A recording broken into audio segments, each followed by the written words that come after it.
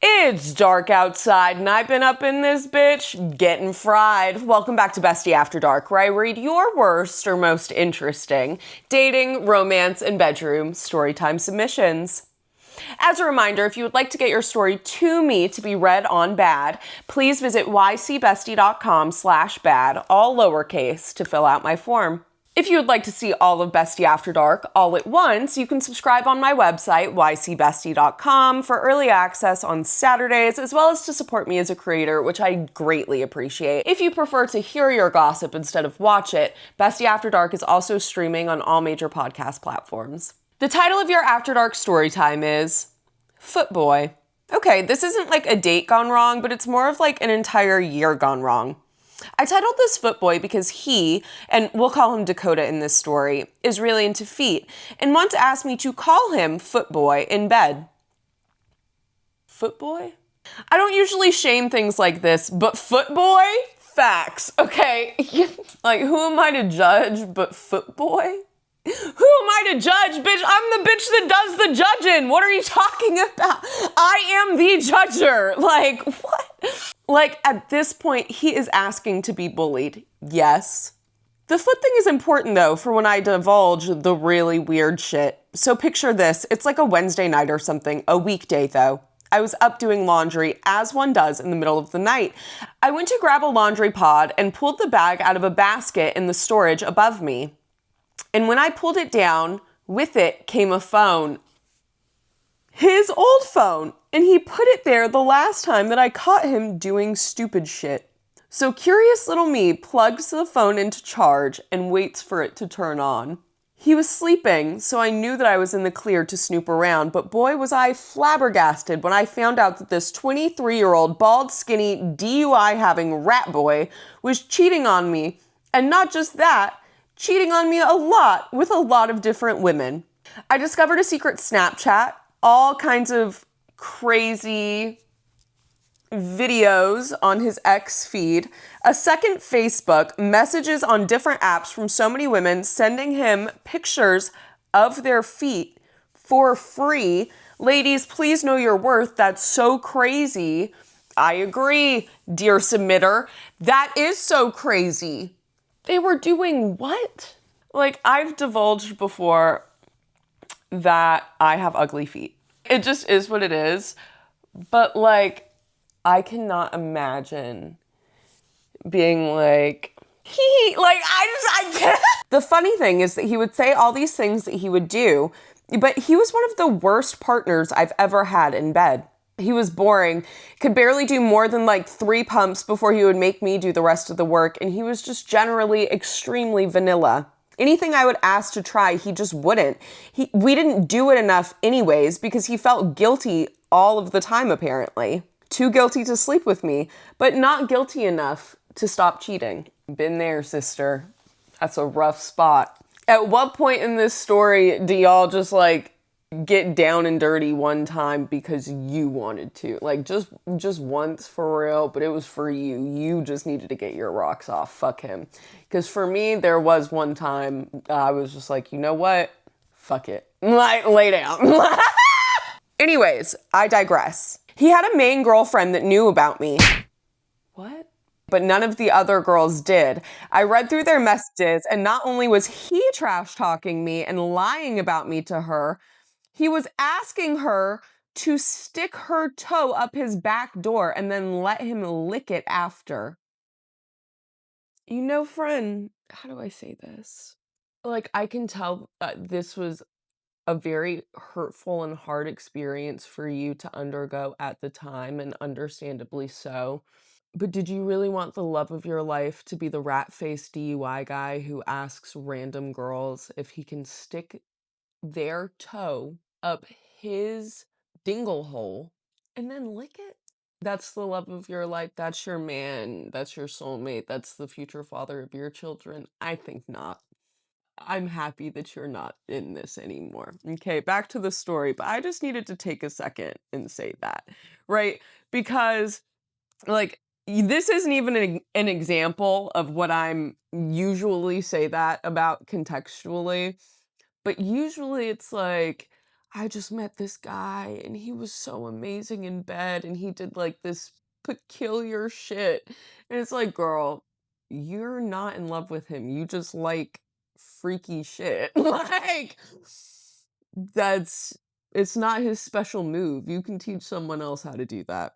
And also, is the guy that already knew how to do that and has done that on God knows how many women really the guy you want to be with? I'm turning the tables on them. Okay, I really am. And it's my dad's fault. But back to the story.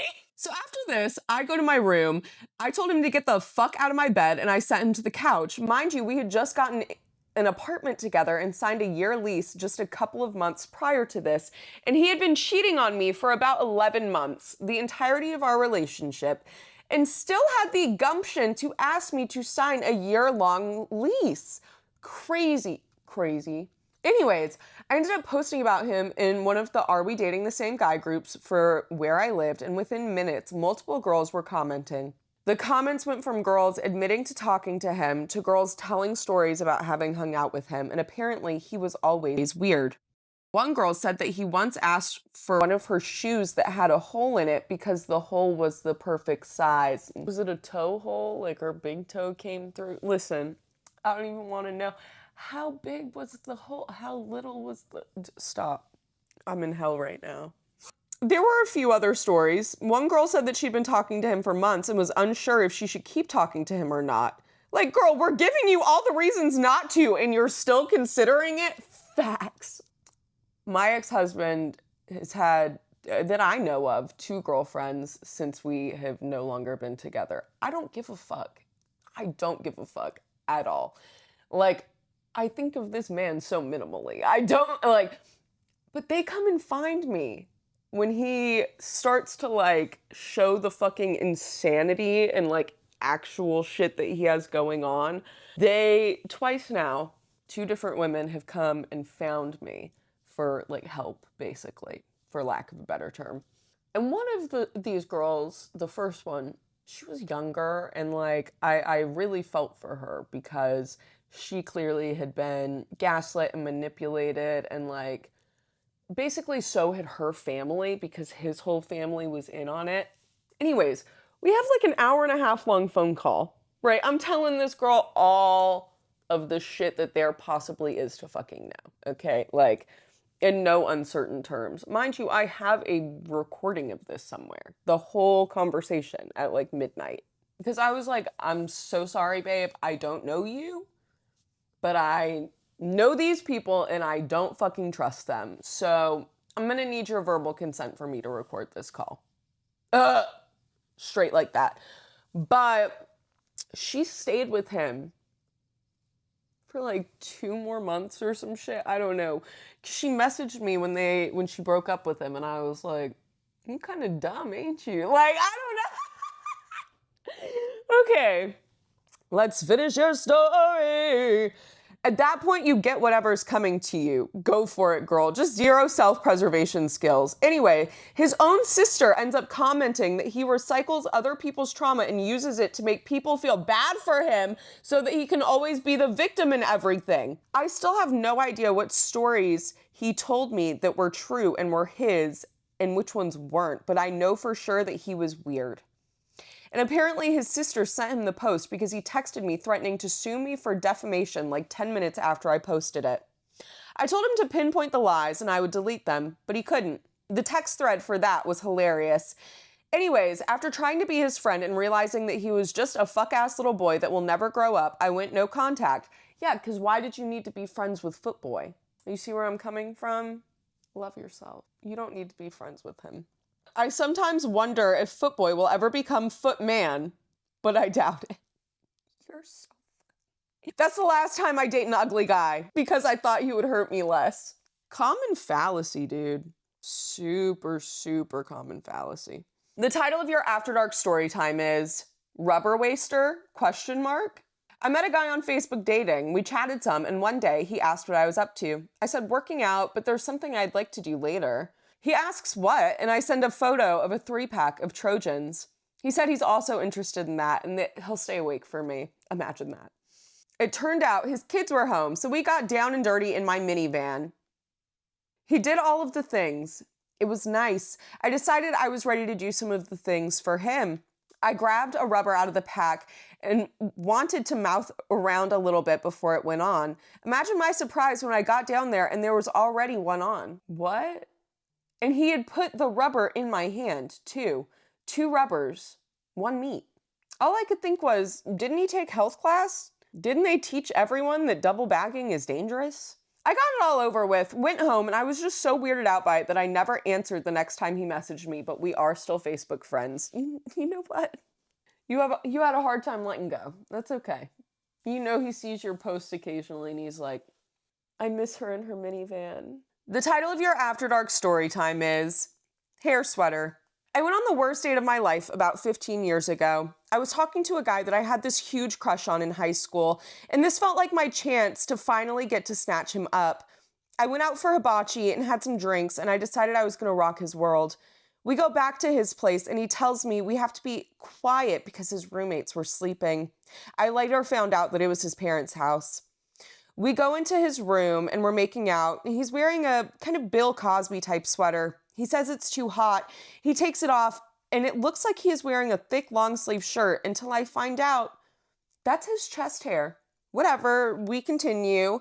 But I lay down, and he goes to put it in. It's dark, so I can't see anything. And he just starts rubbing it on the inside of my thigh. Like, no actual anything. But he thinks that he's in. I'm looking at him like, what the fuck? And then he starts sweating all over me. And I'm now just wanting it to be over. So I decide I'll just get on top and take control. He just had a little guy.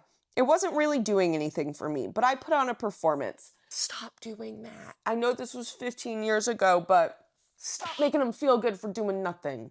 I stand up to leave. I had to get home to the person babysitting my son, and his hair sweater was plastered all over my chest. I mean, just lots of shedding. Like I got into a tussle with Chewbacca. I'm in shock. I leave and I go home and I absolutely ghosted him. Okay. I went to the bar with my friends, who were good friends with him as well, and they asked what happened. I told them, and we spent a few minutes laughing about it and talking about it, but they proceeded to tell me that he keeps saying it was the best bedroom time he had ever had in his whole life. I still think about that to this day. That probably gives you such a good ego boost anytime you need it. And then an immediate sense of disgust immediately after. The title of your After Dark story time is Tampon Eater. So back in 2018, during my hoe phase, I worked at a fast food place in my hometown, and I met a man in the drive-thru one night. We exchanged numbers, and a few weeks go by. He gets back in from offshore. This dude, in the middle of my shift, says that he's parked outside and he wants some head. So what does my ass do? Gives that man some sloppy toppy on the clocky. Then the next and only other time we hook up was after one of my shifts. He came and got me, and we went to his place. I was on my monthly, and this man had no care in the world. He took my tampon out with his teeth, let me shower while we casually talked, and then rocked my world. Brought me home in these really cool neon basketball shorts because I went over in my nasty work clothes, and I still have them to this day. So I need you to know, letting you take a shower and like talking to you and stuff, that is not the weird part here, okay? The weird part was the part where he took your tampon out with his teeth. Did you hear that? Did you hear that? I love it when you guys have unique experiences, though. Good for you. The title of your After Dark story time is I Took Her Man and I Have No Regrets. Hey, Corporate Bestie. So this story starts back in 2017.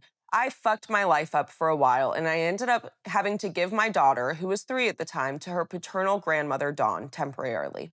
As the years went by, I stayed clean, out of trouble, and I really got my shit together.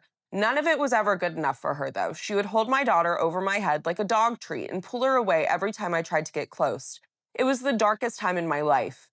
Fast forward to 2024, I was over it, I wanted my daughter back, and now is the time to get my revenge. Dawn had a boyfriend. Let's call him M. And M had 2 young kids of his own. They all lived in this gorgeous $300,000 home with my daughter's dad as well. And I saw an opportunity, so I started flirting with M. He was a trucker, so it was easy to meet up behind Dawn's back. And let's just say, he could take his teeth out, and I have a damn good imagination. Period. I mean, every single story that I have gotten that involved men of no teeth, where they just pop them out and gum your shit, the ladies leave very happy. I mean, what can I say? Anyways, we start meeting up regularly, and he starts to fall for me. He wanted nothing but to get my daughter back to me. Don was not good to my daughter or to his kids, and he was sick of it too. So we hatched a plan. He had cameras in his house, and one day it happened. We caught Don beating on M's son. Yes, he's okay, but we used this to get all of the children out of the house. Does this story end with y'all being together? Ugh. We got Dawn and her son, my daughter's dad, evicted from their own home, and I got emergency custody of my daughter, and I've gone through all of the steps to keep her. Now, I realize I've left out the years of abuse from Dawn and her son towards me, but I'm trying to keep this short. Anyways, Em and I got a place together, he and I, with his 2 kids and my daughter, long enough for the courts to sort out all of the hoopla with custody and such. Once I had custody back of my daughter, I broke his heart. You know what? I'm so sorry. I'm so sorry. This is going to piss a lot of people off. Good for you, for one. Good for you. 2, thank God. Thank God. Once again, the guy that cheats on your basically former mother-in-law with you, knowing that his lady, your former mother-in-law, is at home putting her hands on kids and being just an abusive tyrant and shit, not the love of your life. No. He definitely thought that he was saving you. And it sounds like he is a good guy when you overlook the unintentional harm. Maybe, but I'm so glad that this ended with y'all not being together. I never lied to him. I always told him that this was going to happen. I assumed he thought I would eventually love him back, but it never happened. I did fall for his kids, though, and that's not enough of a reason to stay with him. They moved out, and my daughter and I kept the house. Kept that house? You're so fucking... Now, fast forward to 2026. Emma's happily married, and the kids are flourishing. Good for him. My daughter and I have moved a couple of hours away with my now fiance to the Karens. No, I have not cut my daughter off from her grandmother or her dad. And Dawn and I are rather close now, which is super weird, but it is nice to say the least. Don't think I love that. I'm gonna be so honest. I don't think I love that. I don't think I even like it. But you know what? If you're happy and all the kids are safe, not my business. I have a badass corporate job. My daughter gets honor roll every marking period, and we're doing amazing. I think about Em occasionally, and I thank him for making things right. And damn, do I miss that mouth.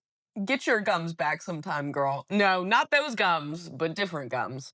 The title of your After Dark story time is The Artist Formerly Known as Bill. This is wild, and let me preface it by saying I am a psychiatric RN, a whole-ass mental health professional. I should have caught this, but he lived over 3 hours away, and most of our relationship was over text. It was easy for him to hide. When we met online, Bill told me all kinds of completely plausible things about himself. That his mom had recently passed, that he was living with his elderly father in the home that Bill owned because his father had numerous health problems, that he had gone to one of the most prestigious schools in the country and had studied illustration, and that he was born and raised in Philadelphia. Nothing outrageous. He didn't say that he was an astronaut or anything. Did he say he went to like Harvard or Princeton? Or did he say he went to like UPenn? You know what I mean? Those are different. Those are different. Oh, that's gonna piss somebody off, but you'll be okay. Right off the bat, Bill had a lot of issues down there. Namely, dysfunction and an inability to finish. He seemed super anxious and distracted about doing it, like just very uncomfortable with the whole thing. And I was like, dude, he was using stuff to help, but still, problems. Normally, when I went to visit, we would stay in an Airbnb near the ocean for my comfort. But on my final visit, I was excited that I was finally going to see his house. His father was going to visit his uncle, and we would have the house to ourselves. And girl, my girlfriend, when I walked in that fucking house, it was like, sweet mother of crap. This was not a house that belonged to a graduate of one of the most prestigious art schools in the country, of an illustrator. I excitedly asked to see his art, and he showed me a frame watercolor that he did in high school that was total crap. I asked if he had any other work, and he gave me a withering look as if I know nothing about commercial art. I'm an illustrator, not a painter. There was one gorgeous painting over a desk in an office. The office was his father's. And when I asked who did it, he offhandedly said, "Oh, my brother." Hell no, man. What the fuck? His father had a master suite in the house, and Bill was in a little boy bedroom full of, and I shit you not, video game systems and skateboards. The entire house was decorated like a doctor's office in shades of gray and beige. I knew I'd been had, and I immediately looked up the address on Zillow to see who owned the house. And sure enough, his father owned it. When Bill took a nap, I went snooping in the father's office and room for evidence of oxygen supplies and diabetes care supplies. I found things like fishing trophies and golf clubs, and plane tickets to Michigan for an ice fishing trip. The father was ice fishing. I had to get out of there. I pretended like I had an emergency back home and I ran out. Once home, I started researching like the CIA. He had grown up in North Carolina. He never went to art school, but his brother did, and his brother is actually a very accomplished artist. His mother, very much alive. His father owned their home and takes care of him. When confronted, he freaked out and immediately blocked me on every conceivable platform. I mean, poof, disappeared like a coward. His pathological lying and secrets explain the ED and the dysfunction, but why? Why me? This went on for almost a year. It was so easy to identify once I got into his personal environment. Anyways, I beat myself up for about a month, but even the smartest and quickest of us can get had by these types. And it goes to show you that even a mental health professional can be tricked by very good liars. It happens. And I made friends with his ex, who was a lovely, intelligent, empathetic, kind, artsy woman, way too good for him. So I really came out ahead. I took a picture of us together when she came to town, framed it, and I sent it to his work because I am not above being messy. I hope you enjoyed this tale of my woe. You don't have to use it, but definitely consider it a cautionary tale. Your caution has been tailed, girl. Don't worry.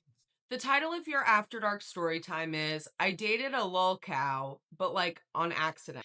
I accidentally dated a guy who turned out to be a whole ass internet lol cow, and I didn't find out until I was already in it. This happened right after I got out of a really intense, messy situation with my ex. The FBI was involved. Oh, hell no! Want to send me that story? Like, what? I was emotionally fried, not thinking clearly, and honestly, I just wanted attention and something easy to distract me, and so naturally, I ended up on Discord. I met this guy in a public server where people just hang out and troll. We started talking every day, playing games, and he started flirting pretty fast. At the time, it felt harmless, just something fun. Within a few weeks, though, he wanted to make it serious, and I was in such a bad headspace that I just went along with it. In my mind, I was like, there was no way that this could be worse than what I just got out of. That was incredibly optimistic of me. It still wasn't worse, but God, I will never forget this. 2 weeks into dating, this man bought a plane ticket and flew across the country to see me, fully paid for everything. And I really just sat there and thought, well, it's not my money, which should have been the first red flag about myself. Like right before he came out, like when he was at the airport, he told me that he made YouTube content, trolling videos, and that he had a decent following. That caught my attention a little bit, so I looked into it, and that's when everything started getting weird. At first, he wouldn't tell me his YouTube channel's name. He said that there was drama and false accusations about him. He finally told me when I offered to help him go through everything and organize his side, but the more I looked, the more I was like, oh, this is not false. Things weren't lining up. The proof was weird, stories kept changing, and I remember having that sinking feeling like, yeah, this man is lying. Mind you, this was like a 7-hour flight and no contact with him in the air. I'm like, what the fuck? He just arrived and is already at my house. He's staying for 2 weeks. Oh, hell no! 2 weeks? All that shit online and in person, somehow worse. He had zero sense of boundaries, wanted to be around me 24/7. At one point, he literally tried to be in the bathroom while I was showering, just standing there watching and making comments. Like, what? He also kept suggesting that we start a spicy page together. Sir, I met you on Discord. Be serious.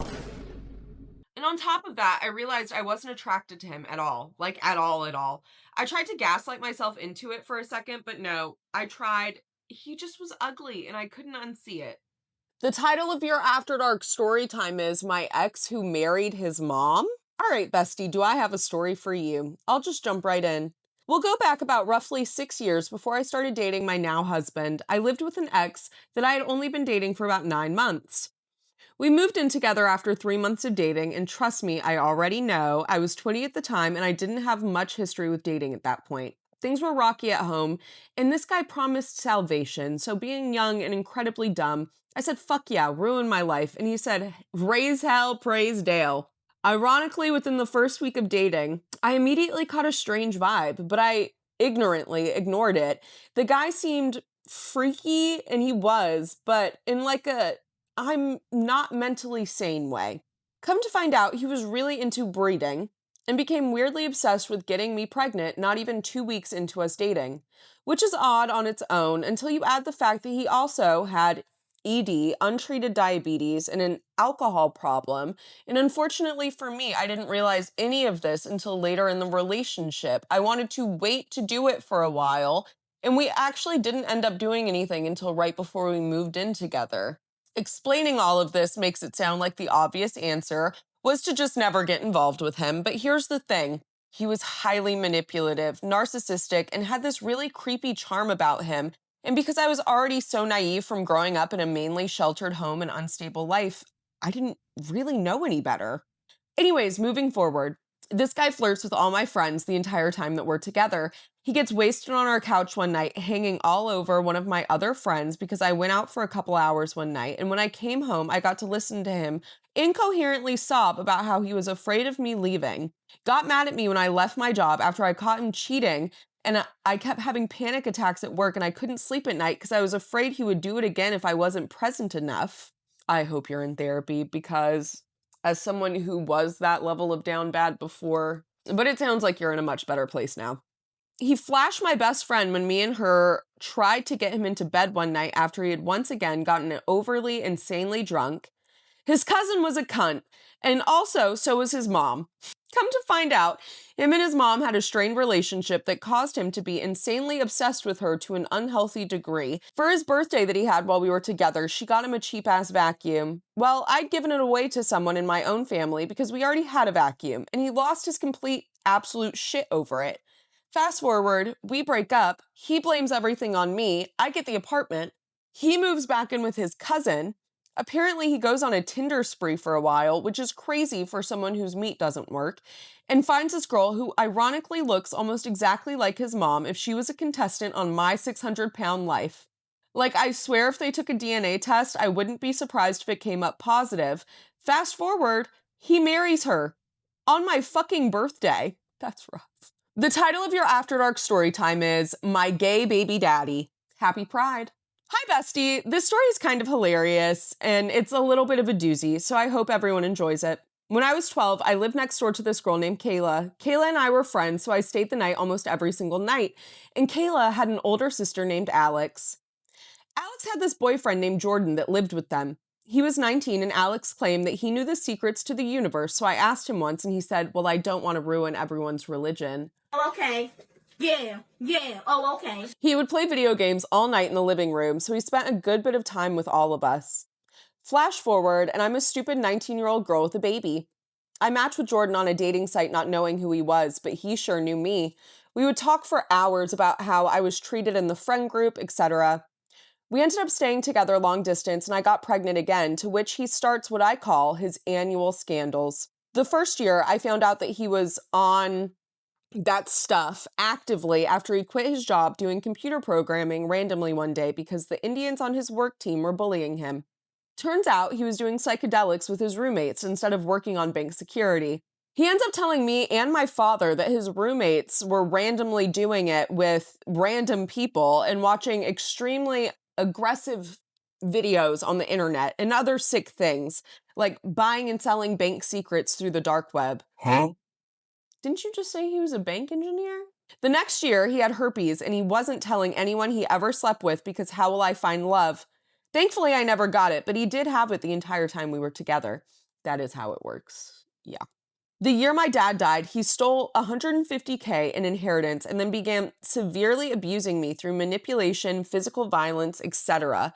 Even at one point, I attempted to flush my dad's ashes. My whole life was controlled by this meager little man with a god complex. The year after my dad, his scandal was The Secrets of the Universe, where he became obsessed with people like Epstein, thinking they had the secrets and that we should have listened to them.